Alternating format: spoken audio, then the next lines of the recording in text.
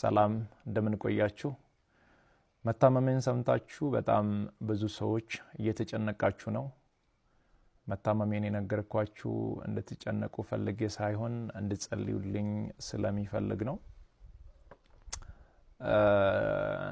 በርግጥ አዲስ ሚዲያ ኔትወርክ ጋር በነበረን ኢንተርቪው ቆይታ ጋዜጠኛው በድንገት ጠይቀኝ መታመሜን ነገራችኋለሁ አሁንም ቢሆን ሁላችሁም በየእምነታችሁ እንድትጸልዩልኝ ፈልጋለሁ ህመሙ የጀመረው አሁን አይደለም ተላምደናል ዛሬ አንድ አመት ከ5 ወር አካባቢ የሚሆን ይመስለኛል ያኔ ጎፋ በመሬት ናዳ ምክንያት ወገኖቻችን በሞቱ ጊዜ ለማገዝ እዛ ነበርኩኝ እዛ ታመምኩ ከዛ በኋላ ህመሙ በዛው ነው የቀጠለው እስካሁን ባለው የህክምና ክትትል ያደረኩ ነው ቀጣይ ያለው የህክምና ሁኔታ በቅርቡ ከሀገር ውጪ ሄጄ በቂ ህክምና አደርጋለሁ ህክምና ብቻ ሳይሆን በዚህ ሰዓት ለኔ የሚያስፈልገው ኢትዮጵያ እናቶች ኢትዮጵያ አባቶች ወጣቶች ሁላችሁም በየእምነታችሁ እንድትጸልዩልኝ እፈልጋለሁ እኔ ወደ ህክምናው እስከሚሄድ ድረስ የታመሙ አልጋ ላይ ያሉ ወገኖችን ያሳከመን እንቆያለን በመጨረሻም አንድ ማለት የሚፈልገው በዚህ ሰዓት ለኔ የሚያስፈልገኝ አንድ ነገር ብቻ ነው አሁን ከሚነግራችሁ ነገር ውጪ ለኔ ምንም ነገር አያስፈልገኝም ሁላችሁም በየእምነታችሁ ጸልዩልኝ ጸሎትና ጸሎት ብቻ ነው የሚያስፈልገኝ ከዛ ተረፈው እግዚአብሔር ሁሉን ይችላል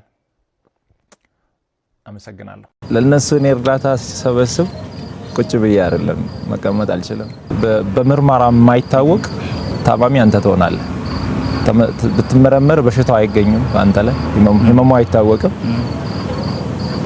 ግን ሳይኮሎጂካሊ ትጎዳለህ አይምሮን እያጣህ ነው የምትመጣው ራስን እያጣህ ትመጣለህ የሆነ ሰዓት ላይ ሳትትልና ራስን ትረሳለህ ከኔ ከጤና ሁኔታ ጋር ተያይዞ ባለው አጠገቤ ላይ ካሉ ሰዎች ምናልባትም የሚወጡ ነገሮች ይሆናሉ ያስባለሁ በኔ ምክንያት ግን ማንንም ሰው ማስጨነቅ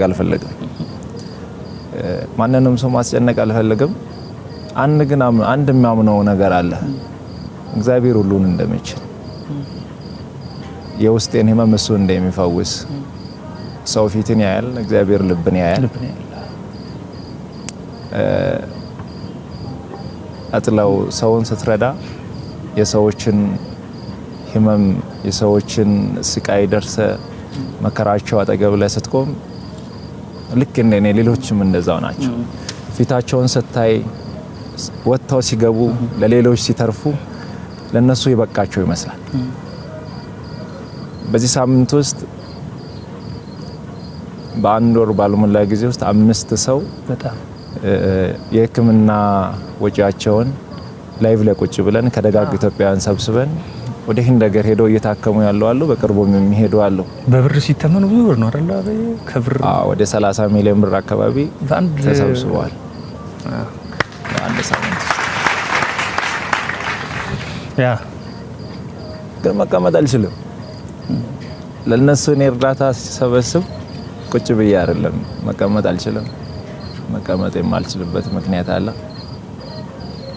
እነሱ ደግሞ ተፈውሶ ሲመጡ እኔ በረታለሁ የነሱ ገንዘብ ተሰብስቦ ያለቀሱ የነበሩ እናቶች ያለቀሱ የነበሩ አባቶች ያንገቱን የደፈው ወጣት አንገቱን ቀና ሲያደርግ ያቺ እናቷ በኩላሊት ምክንያት ታማ ስታለቅስ የነበረች ይታችን ሳቋን ሲያይ እኔ ልብ ይበረታል የኔን ህመም እዛ ጋር ረሳለሁ የኔን መታመም ረሳለሁ ግን ደግሞ ሳልፈልግ ሰውነቴ እየቀነሰ መጣ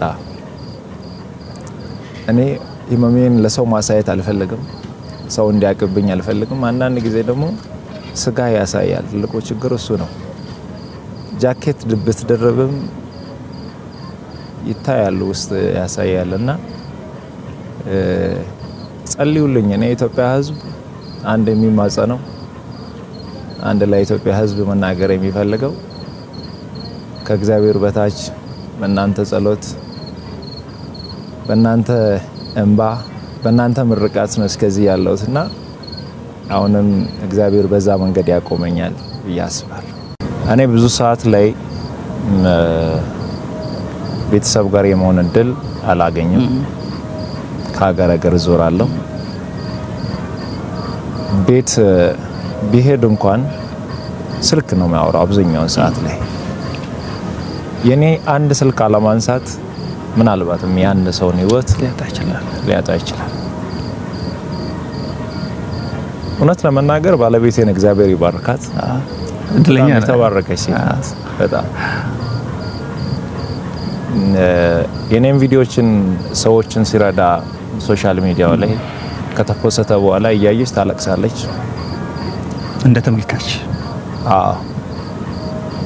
በጣም የተቸገረ ሰው ካለ በውስጥ መስማር ታወራለች። እኔ ወደ ቤት በእርኩ ሰዓት ላይ አብነት ነገ ይመጣል መተ ቤት ጠብቅ ብላ የምሬድ ነው በነገር። በቃ እግዚአብሔር ይባርካት።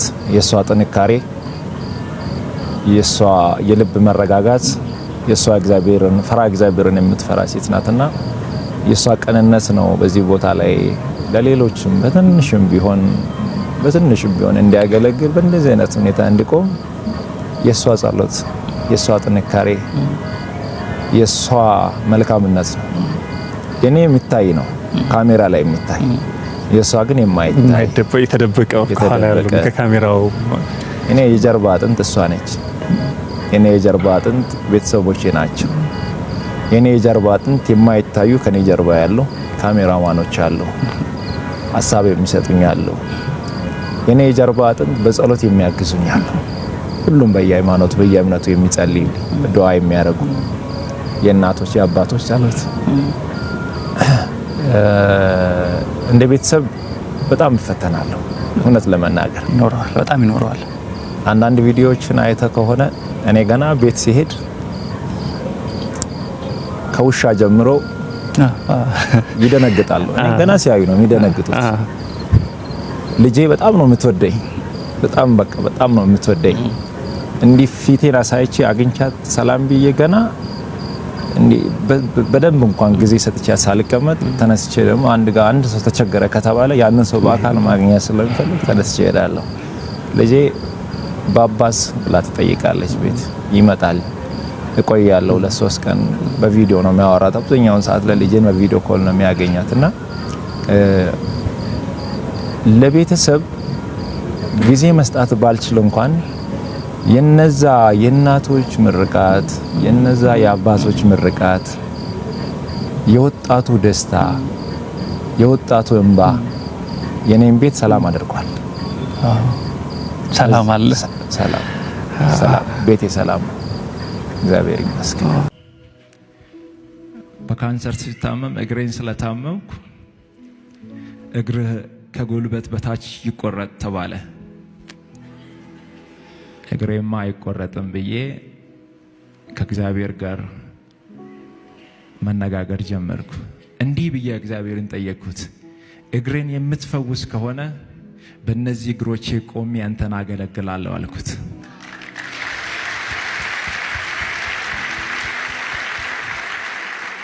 እግዚአብሔር እግሬን እንዲሁ ነፃ ፈወሰው።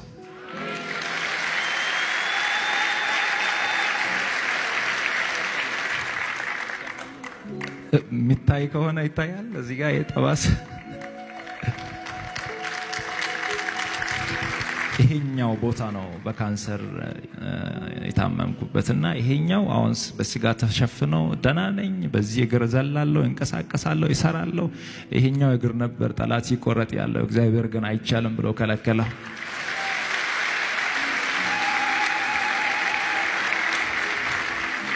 በዛ ሁሉ ፈተና ውስጥ እያለው በጣም የሚወዳት እንደ አይኔ ብሌን የምጠነቀቅላት በጣም በጣም ሚሳሳላት ታናሽ እህቴ ነበረች። የኔን ጃኬት ትለብሳለች፣ የኔን ሹራብ ትለብሳለች። በቃ እኔ የሚያደርገውን ነገር ነው የምትለብሰው። በጣም ነው መወዳት፣ በጣም ነው በቃ ጥሩ ቦታ የሚሰጣት። እሷን በጣም ትወደኛለች። ቤተሰቤ በጣም በቃ ሁሉም ነው ምንወዳትና አንድ ቀን የሆነች የሻይ ቡና ብር ማዘር ሰታኝ፣ ያችን ሻይ ቡና ብር ይዤ የሆነ ሆቴል ላይ ቁጭ አልኩና ደወለች እኔ ጋር። ማሙሽ ነው የምትለኝ። ማሙሽ እንዴት ነህ ስትለኝ ደህና ነኝ አልኳት። ልብስ የለኝም እኮ ለምን አትገዛኝም አለች። ገንዘብ የለማ ልብስ ለመግዛትና ሆቴል ላይ ቁጭ ብያለሁ። ማዘር 100 ብር ሰታኝ ነበር፣ በደንብ አስታውሳለሁ ጊዜውንና ልብስ ግዛልኝ ስትለኝ የሆነ ልብስ የሚሰሩ ነጋዴ ጓደኞች ስለነበሩ ከነሱ በዱቤ ለመቀበል እሷን ላለማሳዘን ስል ምንም ችግር የለም እኔ የኔ እናት እዛ መሳላ ነኝ ብዬ ቀጠርኳት። ከዛ ትመጣለች ብዬ ጠበቅኩ፣ ትመጣለች ብዬ ጠበቅኩ፣ ትመጣለች ብዬ ጠበቅኩ። ለካ እሷ አርፋለች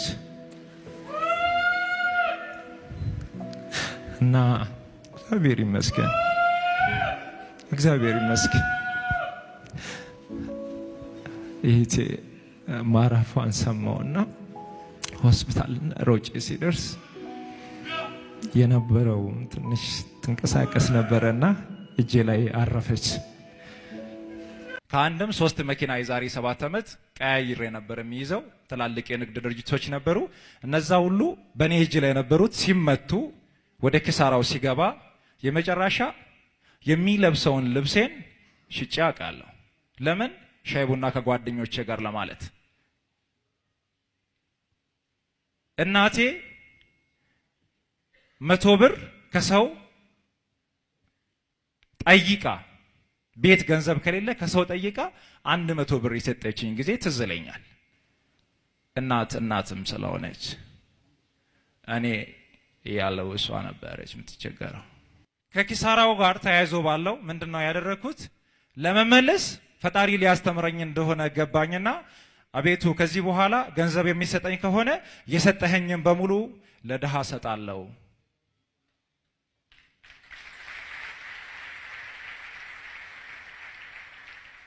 ከዚህ በኋላ ገንዘብ ከሰጠኝ የታመሙትን ጠይቃለሁ።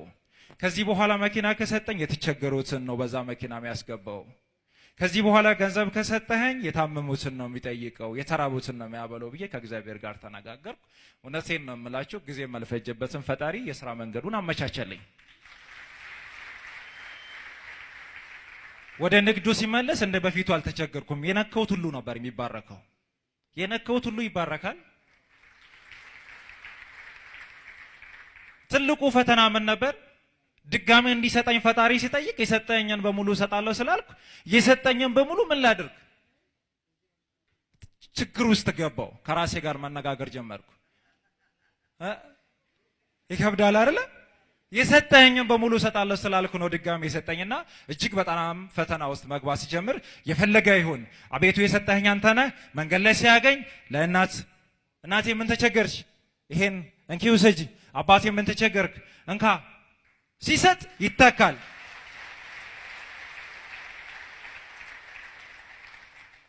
መጀመሪያ በቀን 20 ሺህ ብር የሚገኝ ድርጅት ከሆነ ማታ ላይ ሂሳብ ለመስራት ሲሄድ ዛሬ 70 ሺህ ብር ሆኗል። ሁለተኛ ቀን 70 ሺህ ብሩን ሰጥቼ ሲሄድ ድጋሚ አይ ይሄኛው ዕቃማ ወደኛ ጋር ነው መምጣት ያለበት ይጫን ይባላል። ፈጣሪ ወደ ከፍታው ድጋሚ መልሰኝ ማለት ነው።